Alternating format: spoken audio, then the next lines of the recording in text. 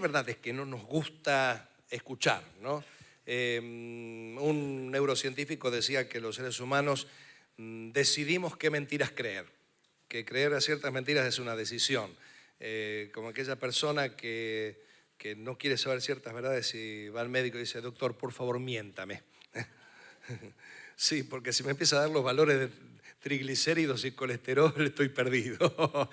Hay cosas que preferimos vivir en medio de los mitos, tener esas creencias que aún se transforman en capital del colectivo evangélico, ¿no? Donde creemos ciertas cosas. Lo que pasa es que cuando edificamos sobre esos mitos, sobre esas falsas creencias, todo lo que edificamos arriba, en el momento que la verdad confronta al mito, se nos quita esa piecita de abajo como el Jenga y se nos desmorona todo.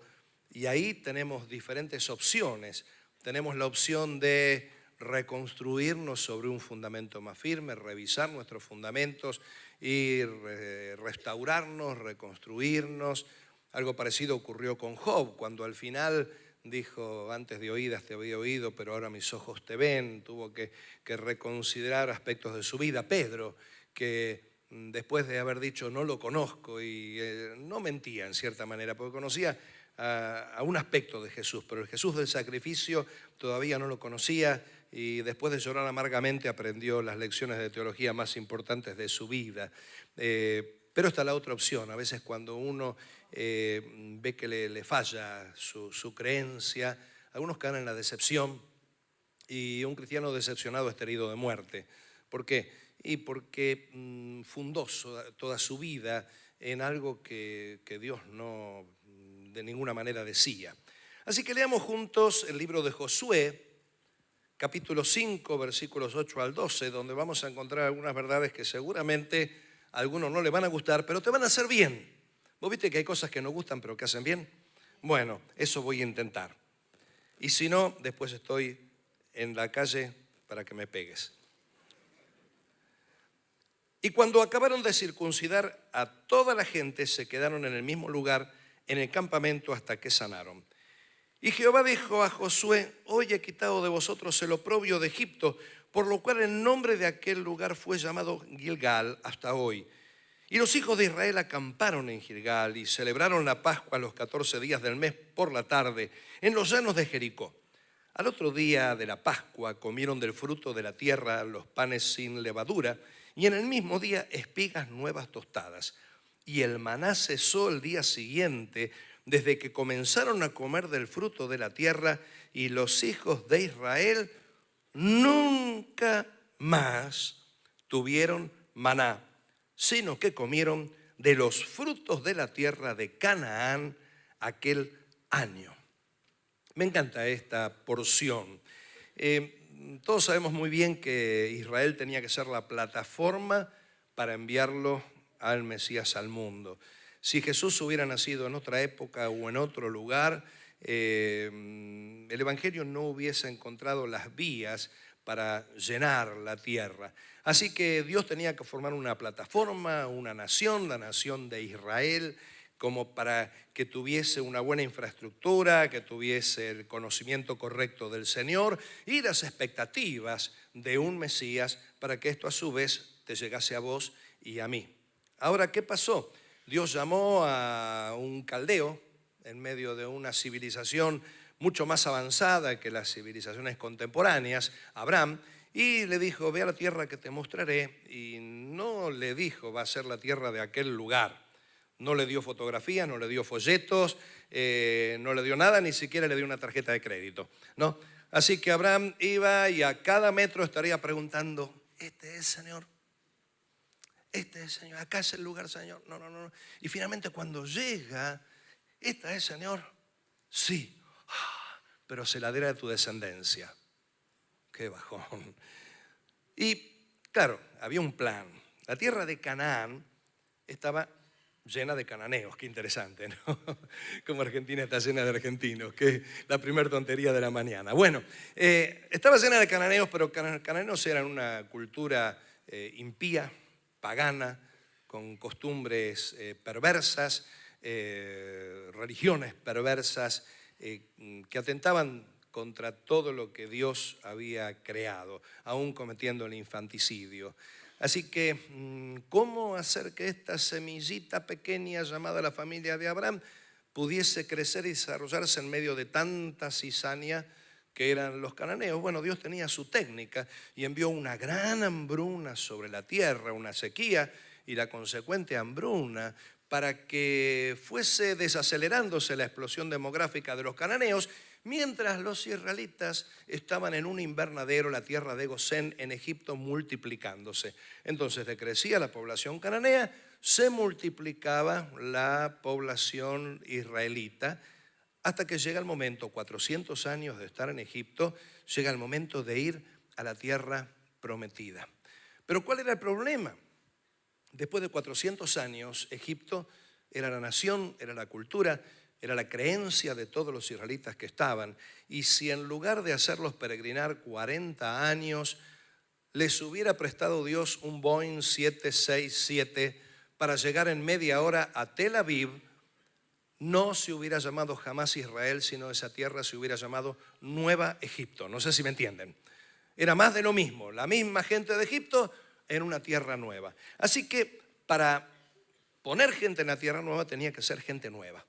Y esos 40 años fueron 40 años de proceso donde Dios le fue mostrando quién era a través de sus leyes, su naturaleza, su voluntad, sus planes. Y no solamente lo fue reinstitucionalizando a los israelitas, sino que esa generación que había salido de Egipto la tenía demasiado pegada a sus genes, todas estas cosas. Esas cosas que quedan ahí en el inconsciente y tarde o temprano afloran. Así que esa generación tenía que quedarse en el trayecto y una generación nueva era la que tenía que habitar en la tierra. Y el pasaje que estamos leyendo es el pasaje justamente en el que llegan a esa tierra y el primer distintivo que necesitaban era la circuncisión. La circuncisión era la señal de ser el pueblo de Dios. De ahí que el término incircunciso equivalía a un pagano, a uno ajeno de la vida de Dios. Así que esa nueva generación es circuncidada, empieza a tener una propia identidad, pero celebran su Pascua, su primera Pascua completa. Venían celebrando la Pascua, pero tenían un pequeño problema. La Pascua comenzaba con el día del Cordero, la Pascua en sí misma, el sacrificio del Cordero, pero le seguían a la Pascua los 7 días de los panes sin levadura. ¿Qué panes podían fabricar si estaban peregrinando 40 años en un desierto donde los sembrados eran imposibles? Y si hubieran pasado en algún momento por algún sembrado, los hubieran atacado los dueños de ese sembrado, porque los sembrados son producto del trabajo del hombre. Así que si pasaban por algún sembrado eran como langostas, pero si estaban peregrinando, no estaban en condiciones de sembrar, esperar unos 2 o 3 meses, cosechar, moler el pan, fabricar molinos en ese momento. Hubiera sido una locura, estaban peregrinando. Así que cuando se establecen en la tierra, recién ahí pueden sembrar, pueden cosechar y pueden participar del fruto de la tierra, comiendo por fin los panes sin levadura hechos del trigo que ellos mismos habían estado sembrando y cosechando. Así que mientras eran nómades, no podían sembrar y cosechar. Recién cuando se establecieron en la tierra, lo pudieron hacer. Y cuando pudieron hacer esto, entonces el maná cesó por unos días. ¿Así fue? ¿Por cuánto tiempo? Cesó el maná para siempre. De esas cosas que pasan una vez y nunca más. La gente tuvo que conformarse con el recuerdo de lo que era el maná, porque jamás es jamás.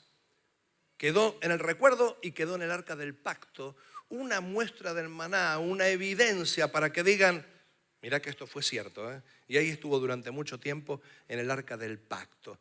Qué interesante que un día los fariseos lo rodearon a Jesús y le dijeron, sí, porque Moisés nos dio el maná. No, Jesús dijo, no fue Moisés. Moisés no puede dar nada que no sea dado de arriba. Dios fue el que les dio el pan del cielo, pero yo les digo, ahora yo soy el pan del cielo. Y Jesús es el maná para nosotros. Por eso en el mensaje a la iglesia de Pérgamo dice, al que venciere le daré del maná escondido. ¿Qué quiere decir esto? Ese sustento espiritual que Dios tiene preparado para cada uno de los seguidores de Jesús. En otras palabras, cuando nos decidimos seguir a Jesús incondicionalmente, tenemos un sustento que nos permite vivir la vida cristiana con total nutrición espiritual. Qué maravilloso que es esto, ¿no? ¿Cuántos se sienten bien alimentados con Jesús? Jesús nunca nos falla. Sin embargo, toda esta historia del maná nos enseña algunos principios, algunas verdades, algunas de las cuales no te van a gustar. Porque para ahora va todo lindo, pero se va a poner densa la cosa, ¿eh? ¿Trajeron casco? No, no traigas. Primera lección, tenemos que aprender a confiar en el Señor. Esto es lindo. ¿Cuántos confiamos en Dios? La segunda pregunta tonta de la mañana, ¿no? ¿Cuántos confían en Dios? Confiamos en Dios. Sin embargo, a pesar que confiamos en Dios, de vez en cuando enfrentamos algunos mieditos, ¿o no? ¿A cuánto les pasa de enfrentar algún miedito a pesar de que confían en el Señor? A ver, yo levanté. Los que levantan la mano después que yo la levanté es porque tenían miedito de mandarse al frente solos. Pero ya ahí lo habilité, ¿no? Qué cosa, qué tremendo. El pastor que está más cerca de Dios y él, no. Nada de eso, nada de eso. Cada mañana, sabían que se despertaban y salían a buscar el maná. Es decir, a la noche se acostaban sabiendo que a la mañana tenían el alimento. Qué bárbaro esto, ¿no? Descansaban tranquilamente. No estaban diciendo, ¿y mañana qué vamos a comer? Bueno, Jesús fue muy claro cuando dijo, no se preocupen qué van a comer, qué van a vestir, si a las aves Dios las alimenta, aunque no piensan nada. Viste que cuando uno es de pocas luces le dicen que tiene cerebro de pajarito, ¿no? Bueno, si hasta los pajaritos que no preparan nada, no prevén, Dios los alimenta, más lo va a hacer con vos. Las flores tan bien vestidas, sin embargo, no hicieron nada para estar bien vestidas, sino que es algo de lo que Dios las ha dotado. Y así nosotros, hombres y mujeres de poca fe, tenemos que aprender a confiar. En el Padre Nuestro, Jesús dice, el pan nuestro de cada día, no de cada semana, cada mes, no, de cada día, para saber que cada día el Señor nos va dando. Así que el principio de la confianza es acostarse en paz. ¿Por qué? Porque yo sé que el día de mañana está en las manos del Señor. Con todo lo que esto traiga, porque cada día tiene su propio afán. Hay un salmo que dice, en paz me acostaré y asimismo roncaré. Porque solo tú, oh Jehová, me haces vivir confiado. La confianza nos permite un buen sueño. Así que cada mañana se acostaban sabiendo que Dios les daba. Pero no solo esto, sino que tenían que recoger lo suficiente de acuerdo a su familia. Los que tenían familia numerosa tenían que conseguir unos cuantos cestos para poder alimentar a toda la familia. Los que eran 2 integrantes, solo para ellos solos, por ahí alguno también tenía para uno solo, pero no tenían que recoger de más, porque si recogían de más se echaba a perder, se pudría. Porque a veces uno quiere acaparar. Mi abuelita siempre decía, hay que guardar para cuando no hay. Y es una cosa que me lo taladró tanto que cuando veo que el teléfono está al 60% de batería, buscando dónde enchufarlo, porque por si en algún momento me falta, ¿no? Y voy aprendiendo poquito a poco a vivir en paz aún con un 10%. Y se me queda 0 de batería, aleluya, no me atormentan más. El tema es que ese principio de no acumular es señal de renunciar a la ansiedad, renunciar a la desconfianza, renunciar a la preocupación de ¿y si mañana no tengo? Jesús dijo, no os afanéis, no nos preocupemos. ¿Cuántas veces se nos han echado a perder alimentos que guardamos en la heladera por las dudas? El por las dudas termina podrido, porque las dudas son todo lo contrario de la confianza. Pero la otra verdad es que solo se podía recoger el doble en la víspera ¿de qué día? Del día sábado. La víspera del sábado sí se podía recoger. ¿Por qué? Porque el día sábado era día de reposo. Y acá nos enseña otro principio. Nunca, nunca permitas que tu ambición o desconfianza dañen tu salud física o tu salud espiritual. Pienso ese famoso tango, Silencio en la noche, ya todo está en calma, el músculo duerme. ¿Cómo sigue? Es otra generación, olvídenlo. La ambición trabaja. La ambición trabaja, dice el tango.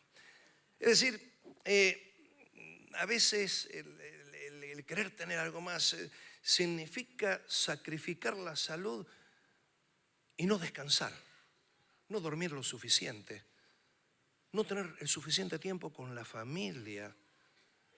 Alguna vez alguno me ha dicho, ¿y por qué no hay actividades y los domingos a la tarde? Y porque tratamos que no tener a los creyentes como el hámster en la pecera, corriendo, corriendo, corriendo, siempre ocupado, para así no queremos que tengan su tiempo de familia, de comunicación, porque cuando uno roba ese tiempo, aún por ambiciones, eso tarde o temprano le pasa factura a la salud, porque aún el bienestar familiar beneficia a la salud. Y qué decir del descanso. Pero qué decir también la relación con Dios, porque el día sábado era el día del Señor, por lo tanto tenían que meditar en el Señor, tenían que estar en el Señor. Era el día que apartaban para concentrarse en el Señor. Y a veces las ambiciones hacen que vayamos postergando nuestros tiempos de rendirle culto al Señor. Gracias a Dios que siempre hay varias oportunidades. Si no puedes el domingo, puedes el jueves, si no en alguna de las reuniones de grupos locales. Y yo sé a veces que el trabajo, la necesidad, hacen que no te quede más remedio que trabajar uno de esos días. Uno dice, es lo que hay, no puedo conseguirlo, estoy buscando para conseguirlo y te felicito que hagas esto. Pero cuidado, no des lugar a las ambiciones que desplazan tu salud espiritual y tu salud física. Pero otro detalle más del maná, en cuanto a aprender a confiar, es que llegó un momento que los israelitas comían milanesa de maná, maná al espiedo, pizza de maná, flan de maná, empanadas de maná, helado de maná. Y yo, ¡basta! Hasta van al kiosco y compran galletitas maná, ¿no? Me dijeron que hay galletitas maná. ¡Basta! ¡No queremos más esto! Y Dios dijo, no. Bueno, les mandó codornices. Y estaban tan desesperados por lo que no necesitaban, que aún estaba la comida en sus bocas, cuando comenzaron a morir. ¿Qué nombre llevó el lugar donde murieron todos los que estaban mascando codornices? Kibrat Hataaba, que significa sepulcro de los codiciosos. Porque la codicia consiste en perder el control por un deseo al punto que se lo considera necesidad. Yo sé, todos deseamos muchas cosas. Todos deseamos cosas que no necesitamos. Pero cuando perdés el control, te metes en líos por simples deseos que no son necesidades, tarde o temprano tu vida empieza a tener pocas perspectivas. Y estoy hablando de tu vida espiritual. ¿Por qué? Porque la codicia no solamente se da con respecto al alimento, se da con respecto al dinero y a veces se da con respecto a nuestra vida espiritual. Yo siempre escucho el mismo mensaje, siempre las mismas canciones, siempre lo mismo. Hay personas que viven con esa insatisfacción crónica que hace que se aburran, se cansen y van migrando a ver si encuentran mejor comida, y nunca va a ser así. Así que no le des lugar a la codicia, no vayas a hacer que tu asiento se transforme en un sepulcro de los codiciosos, donde ya se te deja de ver, pero no porque estás en el mejor lugar, sino porque estás buscando todavía en esta tierra un mejor lugar que nunca vas a encontrar, porque es el lugar que pinta la fantasía de tu codicia. Así que, primer verdad que tenemos que aprender a confiar cada vez más en el Señor. Un Dios que cada día se encarga de nuestras necesidades. Un Dios que no solamente esto, sino que quiere que no demos lugar a las codicias. Un Dios que quiere que no dudemos y que descansemos. Así que primer principio, aprender a confiar en el Señor. Decíselo de al lado, aprende a confiar en el Señor. Decía el de al lado, tu futuro está en las manos de Dios. Decíselo, tu futuro está en las manos de Dios. Ponele onda, dale. Si está tu hijo ahí que no quiere laburar, decía, tu futuro depende de mí. Pero el futuro depende de Dios. Segunda verdad, esta te va a resultar incómoda. Hay milagros que no tienen por qué repetirse. La Biblia habla de muchos milagros. Sin duda, el maná fue uno de estos grandes milagros que los acompañó durante 40 años, pero después de 40 años, ¡pum!, se cortó y nunca más. Los milagros son para mostrarnos lo poderoso que es Dios. Cada vez que vemos un milagro, terminamos diciendo qué grande es el Señor, qué poderoso que es el Señor.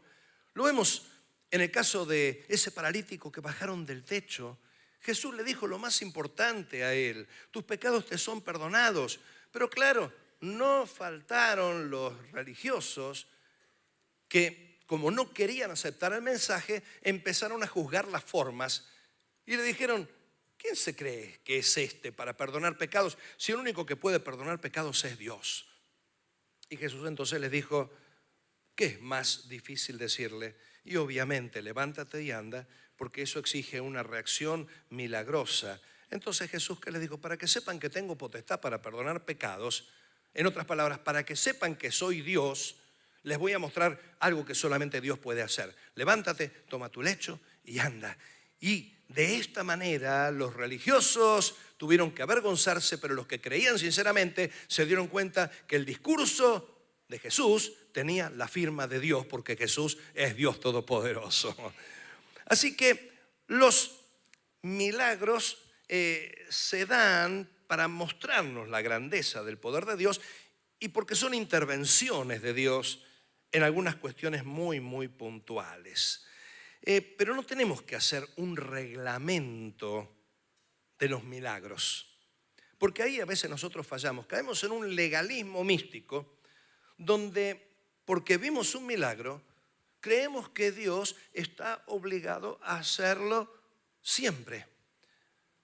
Yo sé que en derecho está lo que se llama el derecho consuetudinario, donde tu patrón un día te dio un dinero extra y otro día te dio otro dinero extra y al otro mes el otro dinero extra y después de unos 4 o 5 meses no tuvo más para darte dinero extra y le pones un abogado y le decís, mire, le voy a hacer juicio, usted me tiene que dar ese dinero. No, si era un regalito, no. Lo que me dio por costumbre es derecho consuetudinario, me corresponde. Bueno, te digo, a Dios no le alcanza el derecho consuetudinario. No podés insistirle a Dios que haga lo que hizo una vez. Si querés probar, decirle, Señor, dame maná del cielo y después contame cómo sigue la historia. Pero no podés hacer esclavo al Señor de lo que hizo una vez y tal vez no tiene por qué repetirlo, porque Dios tiene propósitos y planes claros con lo que hace. Yo con las cosas que están sujetas a las leyes de la física, lógico que puedo esperar que se repitan. Si yo pongo a hervir agua a 100 grados, el agua hierve a 100 grados a una atmósfera y se evapora, fenómeno, voy a esperar que siempre ocurra. Y si un día con una atmósfera y a 100 grados el agua no se evapora, o cambió la atmósfera o cambió el contenido que tenía el agua disuelto, algo cambió. ¿Por qué? Porque el agua tiene que comportarse siempre igual. Así son las cosas. Pero Dios no es una cosa. Dios es el creador de las cosas. Dios es el Dios de la física. Dios es el Dios de todo. Así que no podemos presionarlo a Dios para que actúe de la manera que nosotros imaginamos que debe actuar. Jesús y los apóstoles resucitaron a varios. Sin embargo, cuando Jacobo fue asesinado por Herodes, no hubo quien lo resucitara. Qué interesante esto, ¿no? Pedro y Jacobo habían sido encarcelados. Pedro salió milagrosamente y Jacobo murió a filo de espada. Acuérdate de esto, por cada Pedro que sale milagrosamente, hay un Jacobo que muere a filo de espada. Y uno puede pensar que Jacobo fue el desafortunado. Quiero decirte que hoy Jacobo y Pedro están en la presencia de Dios diciendo: esto no es comparable con todo lo que se vivió en la tierra. A veces nosotros vemos las cosas desde nuestro ángulo tan pequeño. Así que acordate, no siempre las cosas se dan. Esteban murió predicando el evangelio. Sin embargo, cuando lo mataron, nadie lo resucitó. En cambio, Pablo un día fue apedreado en Listra y parece que quedó muerto, pero el Señor lo levantó. Éutico cayó, murió, pero el Señor lo levantó por las cosas que hacen a la voluntad de Dios. Si los milagros se repitieran sistemáticamente, dejarían de ser milagros y se transformarían en leyes. Pero lo que hace que un milagro sea milagro es porque ocurre en el momento de Dios y a la forma de Dios, como Dios quiere hacerlo. Claro, decimos que Jesús es el mismo ayer, hoy y por los siglos, y lo creemos de todo corazón. Jesús puede sanar. ¿Cuántos creen que Jesús puede sanar? Claro que sí. Jesús puede resucitar muertos. ¿Cuántos creen? Claro que sí. Y Jesús puede cambiar circunstancias adversas también. Y varios de nosotros hemos sido testigos de estos milagros. Pero también puede fortalecernos para los momentos en los que esos milagros no ocurren. Recién dijimos que el Señor puede proveernos. Bueno, el apóstol Pablo dijo: he aprendido a alegrarme cualquiera sea mi situación. He aprendido a vivir en abundancia y a vivir en escasez. Todo lo puedo en Cristo que me fortalece. Así que Pablo no estaba mostrándose omnipotente. Pablo estaba mostrándose omnisufriente. En otras palabras, el milagro de Dios a veces ocurre cambiando las circunstancias, pero otras veces el milagro de Dios ocurre cuando uno puede enfrentar las circunstancias por peores que parezcan. Los milagros nos ayudan a confiar, sin duda, sin duda. Jesús les dijo en el Evangelio de Juan, cuando le hablaron por alguien que estaba enfermo: si no hiciere milagros estos no creerán. Sin embargo, no podemos olvidarnos lo que Jesús le dijo a Tomás. Cuando Tomás dijo: si yo no toco sus heridas, no voy a creer, Jesús le dijo en otras palabras: me viste y creíste, pero más bienaventurados son los que aprenden a confiar o creer sin ver los milagros. Este es el realmente bienaventurado. ¿Por qué? Porque al cielo el único milagro que te vas a llevar es la vida eterna. ¿Sabías eso? ¿Sabías eso? El Señor me sanó de enfermedades, pero este cuerpo no va a ir allá. El Señor me proveyó en algunos momentos de necesidad de una forma milagrosa, pero nada de eso que me haya provisto me voy a llevar allá. No nos vamos a llevar la mayoría de los milagros al cielo. Sin embargo, nuestra madurez, nuestra confianza, nuestra responsabilidad con la gracia del Señor nos van a hacer aptos para ir al cielo. Lo que Dios quiere transformar es tu vida, no tu entorno. A veces nosotros creemos que Dios cambie nuestro alrededor. ¿Y cuándo vamos a cambiar nosotros? Por eso hay milagros que no se tienen por qué repetir. Si te resultó incómodo y desagradable esto: yo vine hoy por mi milagro. Yo sé cuántas veces necesitamos milagros y lloramos por milagros. Pero esto va a ser más incómodo todavía. Dios no hará por nosotros lo que a nosotros nos toca hacer. Te lo repito. Dios no hace por nosotros lo que a nosotros nos toca hacer. Mientras los israelitas no tenían cómo sembrar, Dios les envió el maná. Ellos realmente vivieron 40 años de milagros. Pero no solo ese, vieron tantos milagros. Pero ese mundo de milagros que vivieron, lo vivieron por dos razones. La primera de ellas es que no tenían cómo obtener alimento. No había modo, no había manera. Quizás pasaban por algún paraje en el que podía haber un poco de agua o podía haber algún recurso alimentario, pero no tenían, por más que se esforzaran. La segunda razón, porque Dios tenía un plan y un propósito para que esa generación que nacía viviese. Entonces el milagro es la consecuencia de la imposibilidad humana frente a un plan de Dios. Siendo creyentes, y ponete el casco, porque ahí va la pedrada, siendo creyentes, corremos el riesgo de comportarnos como niños, porque se apodera de nosotros un pensamiento mágico de aquellos. ¿En qué consiste ese pensamiento mágico? No vuela ni una mosca, Si alguno el asiento está incómodo, no sé qué pasa. Otro tiene un ataque de cistitis repentino, tiene que ir al baño. ¿Sabes qué pasa? A veces nosotros nos comportamos irresponsablemente. La irresponsabilidad es una de las razones por las que queremos recurrir a la magia. No queremos hacernos cargo de lo que nos corresponde. Cuando cometemos algún error lo justificamos diciendo, era la voluntad de Dios. Sí que Dios quería que metas la pata. Mira cómo es Dios, No es así Dios.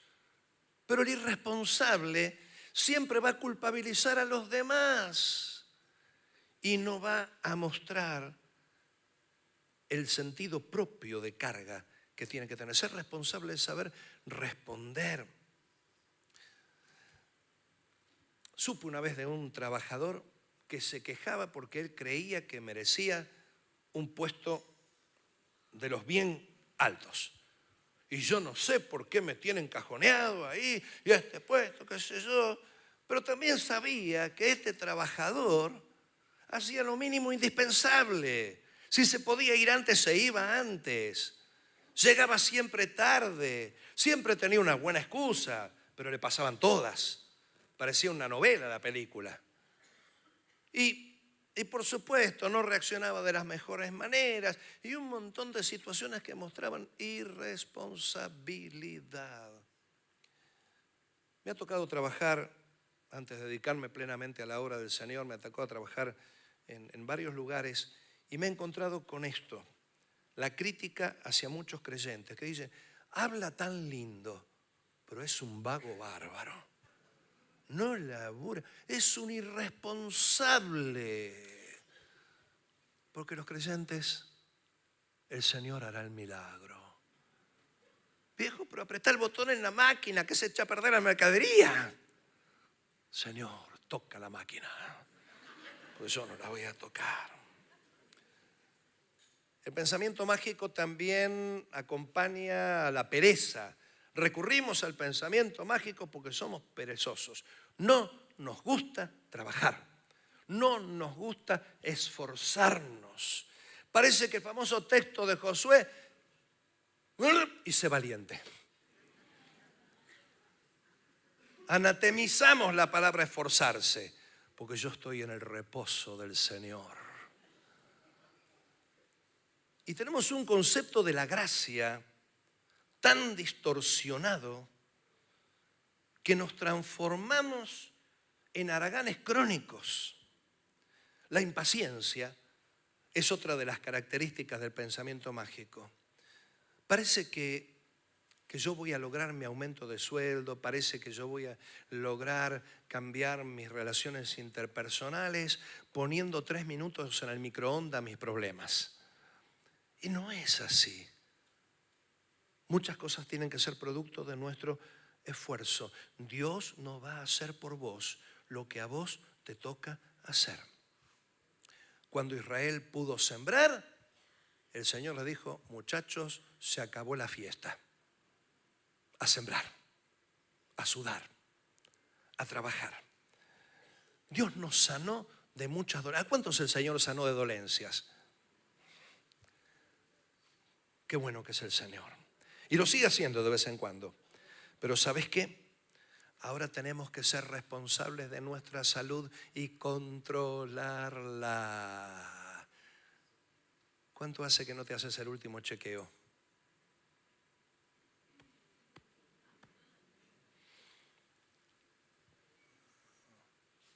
¿Le tenés miedo? No, no quiero que me dé los resultados. ¿Cuánto hace que no te revisás? Es nuestra responsabilidad. Dios nos proveyó muchas veces. ¿Cuántos han tenido provisión milagrosa del Señor? O sea, que no querés levantar la mano, ¿no? Pero ahora tenemos que aprender a ganarnos el pan con nuestras manos. No se trata de abre tu boca que yo la llenaré. Efesios 4:28 dice: el que hurtaba no hurte más, sino trabaje haciendo con sus manos lo que es bueno, para que tenga que compartir con el que padece necesidad. A veces trabajando con tus manos te transformas en el milagro que necesita el que trabajando con sus manos no puede lograrlo. Primera carta a los Tesalonicenses 4:11 al 12. Y que procuráis tener tranquilidad y ocuparos en vuestros negocios y trabajar con vuestras manos de la manera que os hemos mandado, a fin de que os conduzcáis honradamente para con los de afuera y no tengáis necesidad de nada. Qué interesante esto. ¿A cuántos Dios les sanó las relaciones interpersonales? Ya se está medio complicado. ¿Cuántos tenían carácter podrido? A ver. ¿Cuántos se peleaban seguido? Viste, hay gente que son peleadores crónicos, ¿no? Son tremendos. Tyson habría que llamarlo. Y sí, siempre tienen algo para decir y causan contienda y envenenan, porque tienen una lengua. Y terminan mal, ¿no? ¿Cuánto les pasaba eso? ¿No? Tremendo. ¿Cuántos tenían problemas matrimoniales y de pronto el Señor sanó la familia? Sin embargo, ahora tenemos que aprender a amar, a perdonar, a comprender, a tener misericordia, a bendecir, a cambiar. A veces quiero que Dios cambie a mi suegra. Y el que tiene que cambiar soy yo. A veces creemos que Dios cambie a mi cónyuge, que es una fiera. Y el victimario soy yo. Qué fácil que es pedirle a Dios que lo haga todo alrededor. ¿Y cuándo va a llegar a mí? Dios sanó nuestra economía. Pero ahora tenemos que aprender a administrar adecuadamente y no permitir que las ambiciones nos permitan ser traspasados por muchos dolores y vivir asfixiados, sofocados y no experimentar el gozo del Señor porque nos están taladrando las deudas, los incumplimientos, los acreedores, los vencimientos y tantas cosas. Y claro, si terminara así la reunión, más de uno sale acá de rodillas. Sin embargo, quiero recordarte, los milagros se dan porque hay una imposibilidad humana y porque hay un plan de Dios. Esta combinación santa es la que permite que veamos el oportuno socorro del Señor. Entonces cerrá tus ojos por un momento.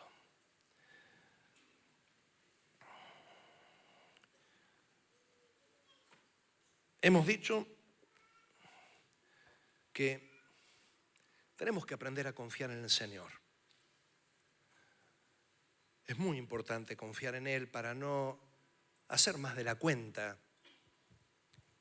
Pero cuidado, no pongas piloto automático a tu creencia de milagros. No lo pongas a Dios en piloto automático. Dios es un artesano.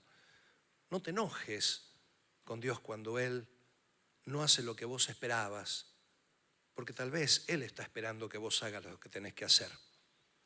Mientras vos esperás que Dios haga, Dios está esperando que vos lo hagas.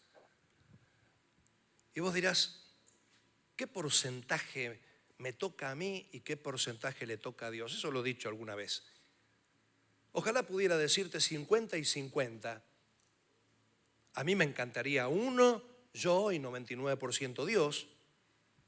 Cada situación es particular, es única e irrepetible. No puedo volverme un legalista místico y poner un porcentaje. Lo que sí puedo hacer es esforzarme en lo que sé que yo puedo hacer y confiar que cuando llega mi límite, ahí Dios va a actuar como Él quiere. Por eso, no quiero que te vayas sin desafiarte. ¿Cómo estás viendo tu vida? ¿Cómo estás viendo tu vida espiritual? ¿Cómo estás viendo tu vida de santidad? ¿Cómo ves tu vida en tus relaciones interpersonales, en tu salud, en el aspecto laboral, económico, familiar, matrimonial? Si en esta mañana querés decirle al Señor, Señor, yo quiero hacer lo que me corresponde. Yo no quiero dejarme estar, yo no quiero ser irresponsable. Yo no quiero descansar en lo místico para eludir lo que a mí me toca. Señor, dame la sabiduría para esforzarme en lo que me corresponde hacer. Si hoy querés pedirle esto al Señor, te invito a que te pongas de pie entonces.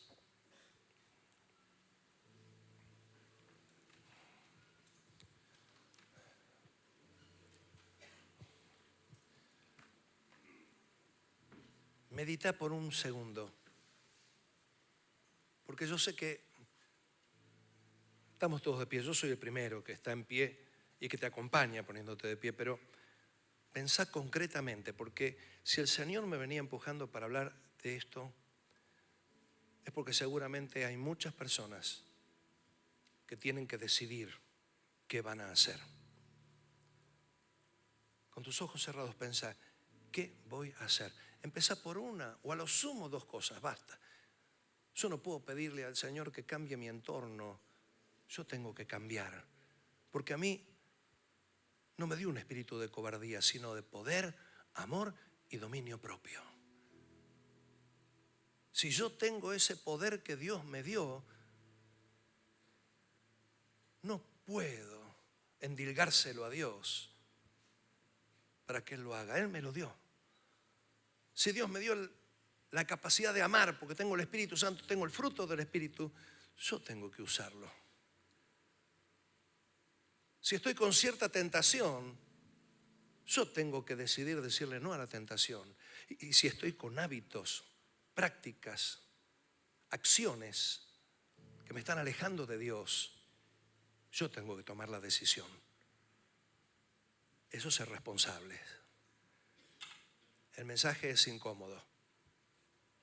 No te dije hoy lo que querías escuchar, pero sí te dije lo que debes hacer. ¿Qué vas a decidir? Pensá, 1 o 2 cosas que vas a decidir. 1 o 2. Decir, a partir de hoy, con las fuerzas que el Señor me da, voy a hacer esto, aquello o lo otro. Pero ahora también, como creemos en los milagros, pensá qué milagro necesitas. que vos no lo podés hacer, que Dios lo puede hacer. Y por supuesto no lo obligues a Dios, sino que tu oración tendría que ser como la del leproso que le dijo al Señor: si quieres puedes limpiarme. El paralítico del que te hablé no hubiera sido jamás sanado si no hubieran hecho lo que tenían que hacer los amigos, aún abrir el techo. Cuando hay fe, uno lo intenta, se esfuerza e insiste. Cuando no hay fe, uno desiste. ¿Qué milagro esperas de Dios? ¿Hay algo que estás esperando del Señor porque vos no podés hacerlo? Si estás esperando un milagro de Dios porque vos no podés lograr algunas cosas, levanta tu mano también. Oramos. Nuestro Padre Celestial, acá estamos, seres humanos frágiles, débiles, que a veces necesitamos tus mimos, tus confirmaciones y aún esas pequeñas señales que nos permitan escuchar tu voz en medio de las tinieblas, en medio de las tormentas. Ten misericordia de nosotros, Señor. Pero en esta mañana queremos abrir más nuestros ojos y revisar en nuestras vidas todas aquellas acciones y decisiones que debemos tomar, que son nuestro deber. Danos luz para que podamos poner los pies sobre las aguas antes que las aguas se separen. Danos luz para abrir el techo antes de recibir la sanidad. Ayúdanos a ser responsables, creyentes que llevamos vidas ejemplares entre la familia, entre los vecinos, entre los amigos, en el trabajo, en el estudio. Y haciendo lo que nos toca hacer, vamos a ver con gozo o que vas a hacer el milagro o que nos vas a dar las fuerzas para enfrentar la situación que fuere sin el milagro. Esas fuerzas son milagrosas también. Te amamos, Señor, y nos ponemos en tus manos. En el nombre de Jesús. Amén. Que Dios te bendiga, tengas un maravilloso domingo y una semana de victoria.